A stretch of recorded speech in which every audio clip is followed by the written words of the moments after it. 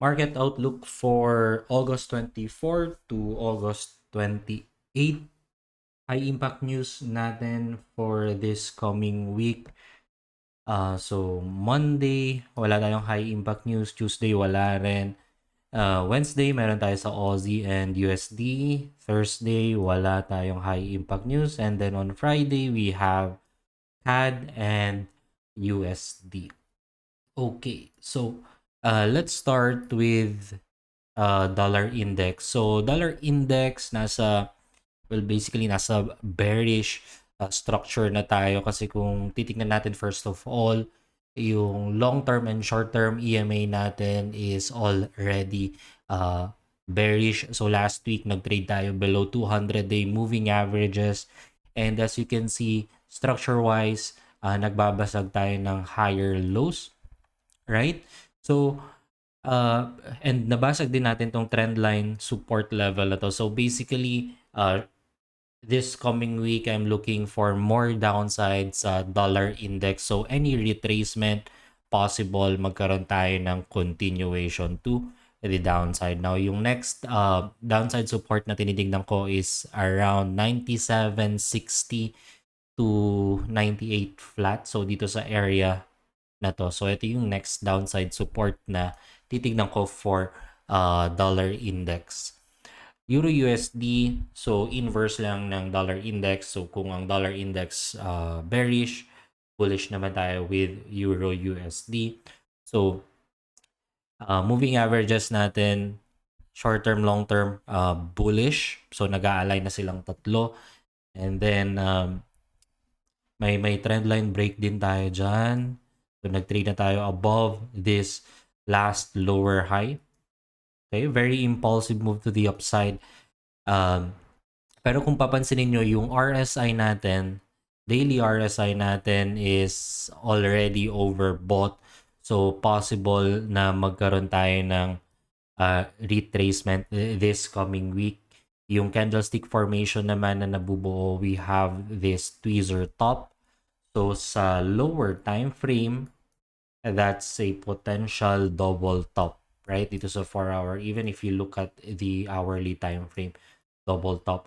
So, malaki yung possibility na this coming week magkaroon tayo ng retracement or short-term downtrend dito sa Euro USD bago mag-continue yung overall bias natin na bullish. Okay?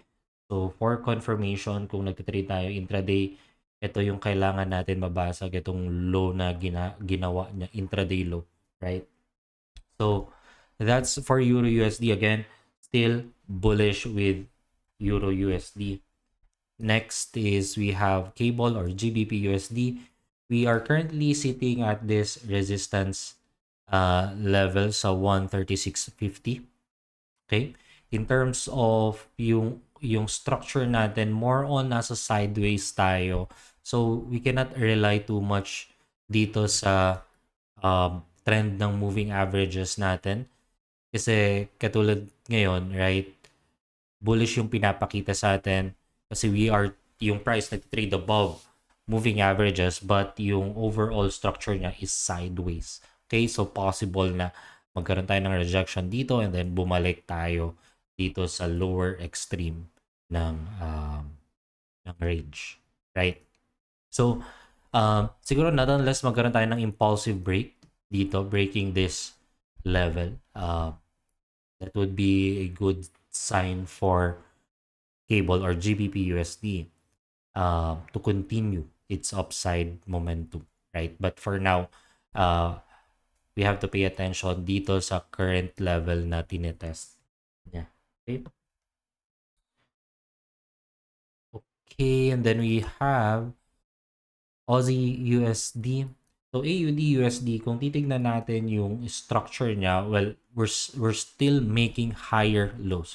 So ito yung last higher low niya. Ito yung last higher low. Previously ito. So this one is much higher than the previous low. So still bullish pa rin. Moving averages trend natin, very bullish. Yung Friday's close natin, yung Friday's trading activity, very bullish as well. So I think there's For this one, may good chance din na mag-rotate tayo to the upside. So, yung resistance natin is at 7,200. So, andito na tayo ngayon sa 072. So, pwede natin hintayin kung magkakaroon ba tayo ng reaction. Right? Okay. Kiwi.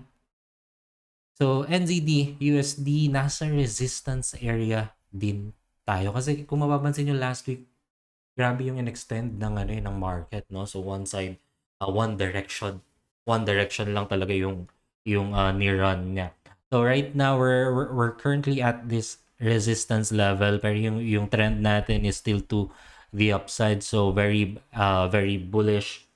Now pwede tayo makakita ng reaction dito and then magkaroon tayo ng retracement before mag-continue tayo to the upside, right? But be aware na medyo madami tayong resistance na nababanggain for Kiwi.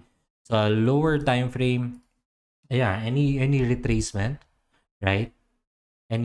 As long as it's corrective, I think okay yun na sign to participate dun sa ongoing bullish momentum niya. Okay? Dollar CAD, so bearish. Medyo ang hindi ko lang gusto dito kasi nagkaroon tayo ng change of structure dito or break of structure, impulse up, higher high, and then very deep retracement. So hindi natin alam kung itong ginagawa niya is just a retracement or trend na, right? Trend na sa lower time frame. So yung moving averages natin lahat bearish, and obviously kung makikita niyo yung candlestick, ang momentum nasa downside, right? So syempre ayaw natin mag-trade against the momentum not unless we have a clear evidence na magkakaroon na tayo ng shift sa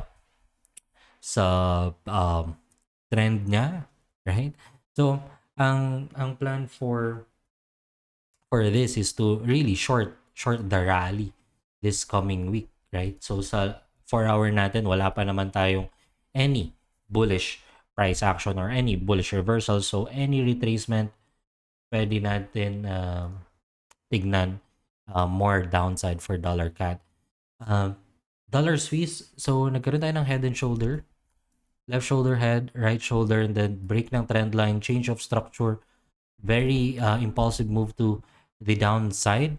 Ang medyo tricky part lang dito kasi hindi pa natin nababasag itong 200 moving average and trend line support, right? Although yung momentum obviously nasa downside.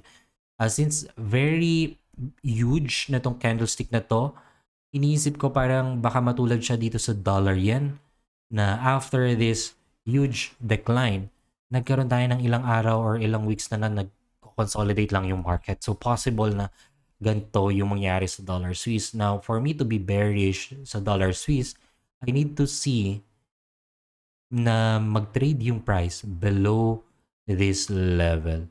Below 79.50. Ma-break niya yung 200 moving average and itong trend line support, right?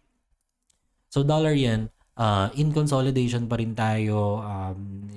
Medyo tricky gumawa ng directional bias for dollar yen. So I think more on wait and see tayo for dollar yen. Now we have gold, very bullish. We're trading above 200 and yung short-term moving average natin na 50. So bullish. Trend line resistance, nabasag na rin natin. Very impulsive move to the upside. Ang pinaka-resistance na tinitignan ko dito, close to 49. Okay, itong level na to. Actually, kung titingnan natin structure-wise, nasa bearish territory pa rin tayo kasi ito yung last high, lower high na kailangan talaga niyang basagin. Kasi ito mga minor lang yan or internal highs nitong range na to, right? But syempre, momentum natin is to the upside. Mas maglilin towards structure as ako kung ano yung nangyayari kasi ito medyo malayo pa, right? So for me, gold, any retracement, pwede tayong maghanap ng opportunity to go long, right? continuation to the upside. And lastly, we have crude oil muna. So crude oil, bullish, bullish, bullish bias. Pero kung gusto natin ng mas may confirmation pa for this one, we need to break 93, 90 or 92.50 per barrel, right? Pag nabasag natin yan, I think possible na umangat pa yung crude oil kasi dito sa range na ginagawa niya ngayon, possible na mag-consolidate lang tayo. Okay? And then also lastly, we have Bitcoin na very, very, very bullish. Okay, very bullish. Break natin yung consolidation. Itong consolidation for ilang months. I think close to 3 months. And then, break natin itong high na to. Moving averages. Trading below price. So, very bullish. Ngayon lang, RSI natin is overbought. Nasa 78 na yung reading natin. So, nasa extreme territory. So, we're expecting a retracement bago mag-continue upside. And for our next upside resistance, we have 82,800 for our next upside resistance. So that's pretty much it for this video, guys. Good luck, and as always, trade safe.